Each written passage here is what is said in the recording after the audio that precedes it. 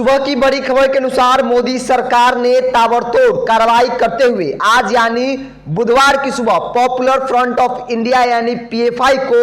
5 साल के लिए बैन कर दिया है। पहले इस संगठन पर दिसंबर तक बैन लगाने की तैयारी थी। वहीं पीएफआई के अलावा 8 और संगठन पर कार्रवाई की गई है। गृह मंत्रालय ने इन संगठनों को बैन करने का कवायद एवं नोटिफिकेशन जारी कर दिया है। तो लगातार बिहार समेत देश के अलग अलग राज्यों में अलग अलग शहरों में पीएफआई को लेकर लगातार छापेमारी, लगातार जो प्रशासन थी वो एक्टिव नजर आ रही थी और केंद्र सरकार ने पीएफआई पर बड़ा फैसला ले लिया है और उन्हें 5 साल के लिए बैन कर दिया है, यानी कि गैर संवैधानिक संगठन करार देते हुए उसे बैन कर दिया गया है। नोटिफिकेशन के अनुसार पीएफआई के अलावा rehab Indian foundation, RIF, campus front of India, CFI, all India imam counselling, AIIC, national confederation of human rights organization, NCHRO, national women front, junior front, empower Indian foundation, rehab foundation जैसे सहयोगी संगठन पर भी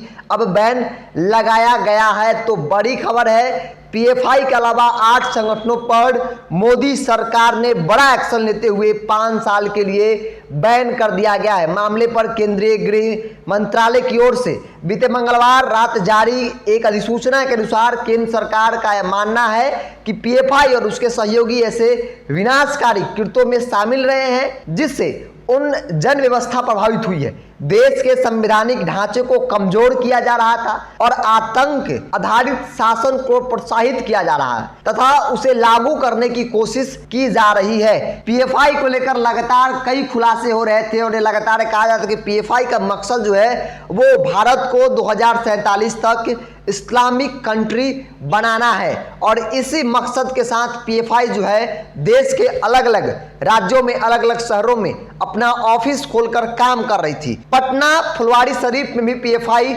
जिस प्रकार से दबिश दी गई सरकार की तरफ से, प्रशासन की तरफ से, पूरे मामले की भंडाफोड़ किया गया और जो उसमें से तथ्य निकल के आए वो काफी चौंकाने वाले थे। इन तमाम चीजों को लेकर जो है वो केंद्र सरकार ने बड़ा एक्शन लिया है और पीएफआई समेत 8 संगठन जो उससे जुड़े संगठन है या उस तरह के संगठन है जो गैर संवैधानिक है, जो देश हित के लिए नहीं है, उन पे कार्रवाई की गई है और 5 साल के लिए देश में बंद किया गया है। इस अधिसूचना जो जारी किया गया है उसमें देश के खिलाफ असंतोष उत्पन्न करने के इरादे और राष्ट्र विरोधी भावनाओं को बढ़ावा देने और समाज में एक विशेष वर्ग को कट्टरपंथी बनाने की लगातार कोशिश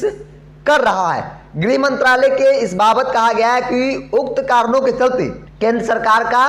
दृढ़ से मानना है कि पीएफआई की गतिविधियों को देखते हुए उसे